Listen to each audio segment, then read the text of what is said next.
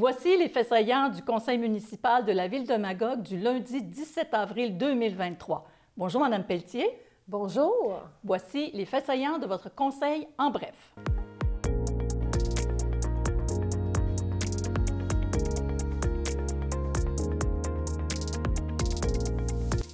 Alors, Mme Pelletier, avant de passer au premier point qu'on va aborder aujourd'hui, je suis intriguée par votre petit ruban vert. Oui, alors il y a, lors de la dernière séance du conseil municipal, tous les élus portaient, ainsi que la direction générale et le greffe, portaient ce ruban parce que c'est la semaine du don d'organes et de tissus qui est fin avril. Alors, c'est un rappel pour dire aux gens, signez votre carte. Hein? Signez votre carte, hein, parce que ça sauve des vies.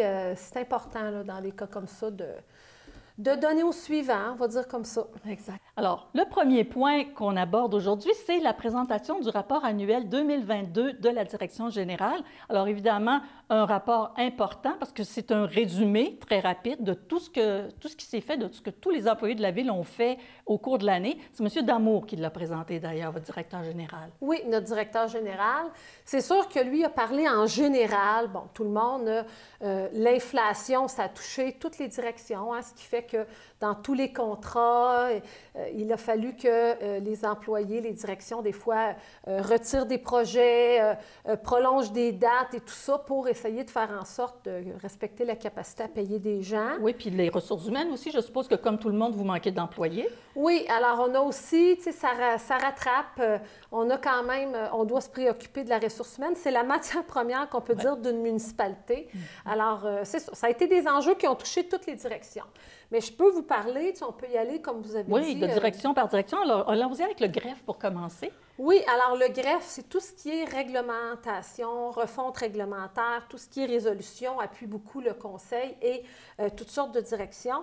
C'est sûr que ce qui les a beaucoup occupés, c'est tout ce qui est réglementation en lien avec l'hébergement touristique. Parce que, tu sais, avec la loi provinciale, puis les citoyens de Magog nous disaient, est-ce qu'on peut nous choisir? Ça a été un gros dossier du greffe en 2022 qui les a beaucoup occupés. Sûrement, parce que, veut pas, on est une ville touristique. Les communications aussi travaillent fort chez vous. Oui, service de communication. Alors, on consulte beaucoup la population. C'est important pour Magog. Il y a eu 18 événements de consultation. Des fois, c'était des journées portes ouvertes. Des fois, c'était en grands ateliers avec, tu sais, à la salle du conseil. Également, Service Go, service aux citoyens, plaintes et requêtes, ça relève des communications. On a optimisé ce service-là. Et d'ailleurs, il faut dire que le service est beaucoup accéléré. On a mentionné le nombre de jours durant lesquels les gens devaient attendre pour une réponse. Vous avez coupé ça des 2/3. Oui, c'est ça. On essaie de s'améliorer puis de répondre le plus efficacement aux citoyens et citoyennes. Un autre aspect fort intéressant que la Ville offre aux gens, c'est la culture, les sports et évidemment le service, la vie communautaire. Oui, alors tout ça, c'est la même direction. Les oriflammes le long du parc de la baie de Magog, où on retrouve des citations d'artistes, de poètes et d'artistes, écrivains, écrivaines. Ça a été un des projets importants 2022. Programme de subvention de bâtiments patrimoniaux pour les propriétaires qui veulent restaurer, qui veulent prendre soin de leur maison, mais qui souhaiteraient avoir un petit soutien financier de la part de la Ville. On a travaillé là-dessus. Aménagement de pistes cyclables également aussi, puis de parcs. Ça, c'est quand même... ça revient année après année. Et puis du côté de l'environnement et des infrastructures. Oui, environnement, aussi. Ça aussi, c'est toute la même direction. Beaucoup d'ouvrages à ce niveau-là. Planification de notre grand projet, usine de détournement des eaux usées de secteur Aumerville vers Magog. Fait que ça, c'est sûr qu'on est dans le concret, là. On a donné des appels d'offres, mais ça s'est beaucoup préparé. Encadrement du transport lourd pour que les camions ne puissent pas circuler où ils veulent sur toutes les petites rues résidentielles à Magog. Il y a des endroits où circuler. Amélioration de la sécurité des passages piétons où on a rajouté des lumières à des endroits très appréciés par la population. Ça relève de cette direction. Aussi, bon, ils sont occupés. Il y a les ressources humaines aussi qu'on peut aborder peut-être rapidement parce que je vois qu'il y a beaucoup de choses qui sont faites au cours de cette année-là. Oui, c'est ça. Alors, ressources humaines ont été beaucoup, comme on avait dit au début, on a soutenu beaucoup les autres directions. On a développé notre marque employeur. On a maintenant un sceau qui est Concilivie, qui montre qu'à la Ville de Magog, bien, on se soucie Travail, famille, on souhaite que les gens soient dans un environnement sain et agréable. Puis c'est une belle façon d'attirer des gens aussi. Attirer, garder aussi nos employés, parce qu'il faut se dire que ça a un coût. Quand on perd un employé, c'est une mémoire organisationnelle. Il faut recommencer à chercher un nouvel employé, former.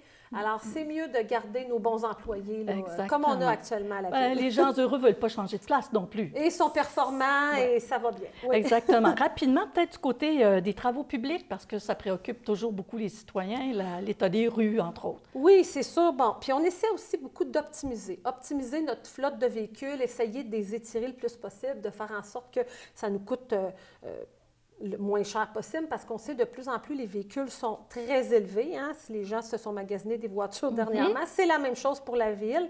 Organisation des ateliers municipaux pour être plus efficace, avoir les bons outils aux bons endroits. Travail au niveau des usines d'eau, ça relève de cette direction-là. Études photométriques, on a fait faire un portrait pour améliorer l'éclairage de rue, qui est quand même un dossier qui a beaucoup fait jaser à Magog. Ça peut être coûteux pour la ville. Oui, puis il y a des gens qui disent il faut l'améliorer, donc on s'attaque à ça, on s'outille pour être capable d'avoir des gestes concrets, de l'améliorer concrètement, l'éclairage.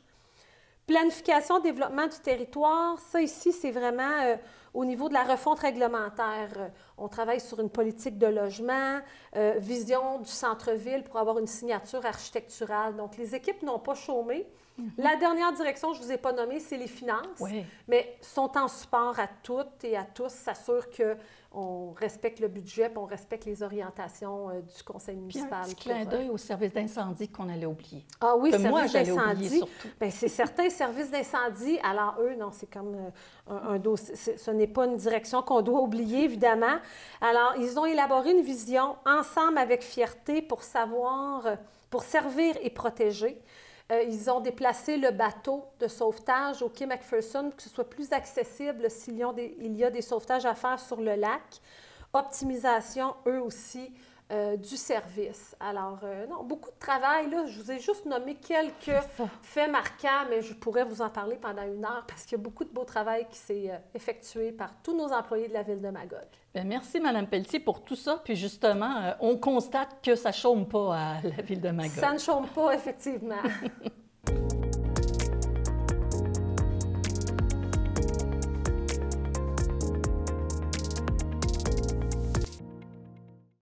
Alors, on poursuit avec le point 10.2, qui est la majoration du financement des paniers de Noël offerts par les organismes. Alors, c'est une demande, je pense, qui vous avait été faite plus précisément, Mme Pelletier. Oui, par les Chevaliers de Colomb, parce que depuis 2015, la municipalité donne 5 $ par panier, puis parce que les paniers sont faits par 4 organisations à Magog.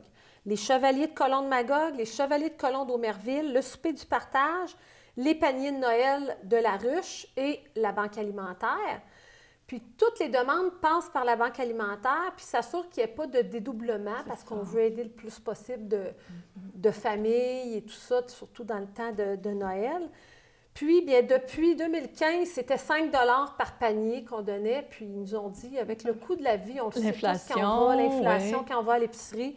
Alors, le conseil municipal a dit, bien oui, on augmente à 7 $, qui était un impact financier pour nous qui était assez minime par rapport à notre budget. Puis si on peut faire la différence, bien tant mieux. Exactement. Bien, merci. C'est une très bonne nouvelle. Je pense que les organismes vont l'apprécier. Oui.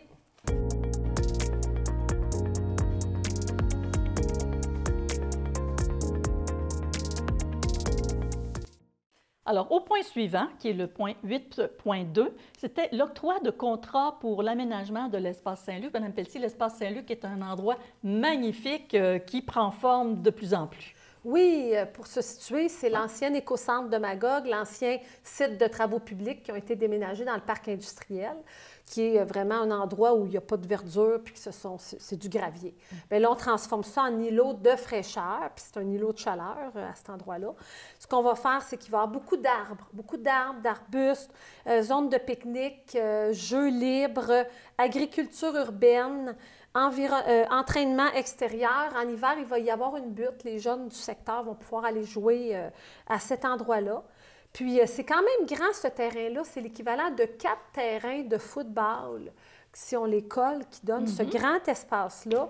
On a eu quand même de belles subventions du ministère de l'Environnement. Là, ça a été une grosse part de soutien dépense, oui. à ce niveau-là, oui.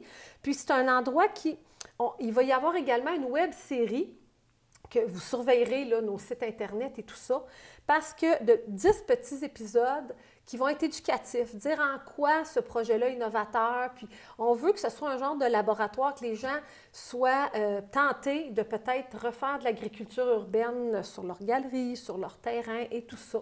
Puis on va parler de la biodiversité qui va être installée là. Puis enfin, il va y avoir une plantation sociale, un événement en juin où les gens vont être invités à venir avec nous planter des arbres et participer à cette verdure, ce verdissement de cet espace. Alors, le contrat d'aménagement a été offert, en fait, a été octroyé hier aux entreprises Richard Brisson Inc. Alors, on pourra aller jouer dans l'espace à quel moment? À l'automne, tard à l'automne, puis on se rappelle aussi qu'à côté, Parc Maurice-Théroux, on va le refaire également. On va faire des beaux liens. À cet endroit-là, ça va être plus un terrain sportif, puis l'autre, bien, plus ça va être de la verdure. On a hâte de voir ça. Oui.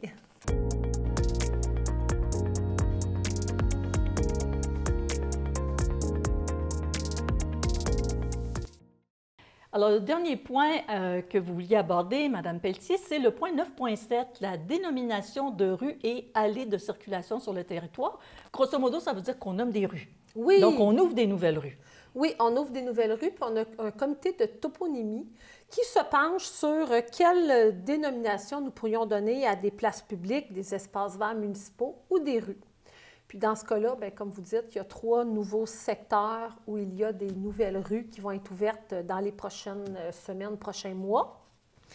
Alors, le premier, c'est le secteur de l'Aille des Bois.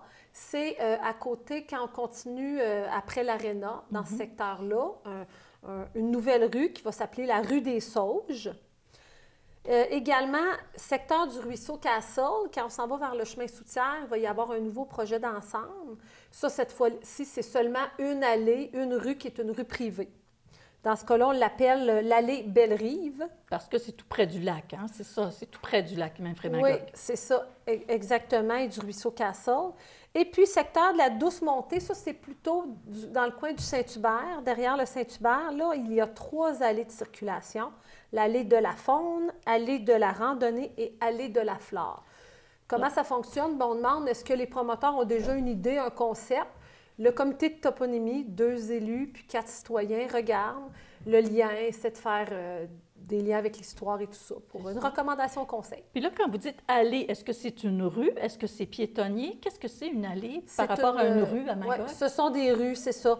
Mais ce sont des projets d'ensemble, des rues qui sont privées, qui sont entretenues par les promoteurs, bien, les gens du secteur. De ce coin-là. Donc, des beaux noms qui sont très éloquents et qui ressemblent beaucoup, finalement, à la qualité de vie, je pense, qu'on a à Magog. Là, oui, c'est ce qu'on Quand on pense de flore, de nature et de randonnée.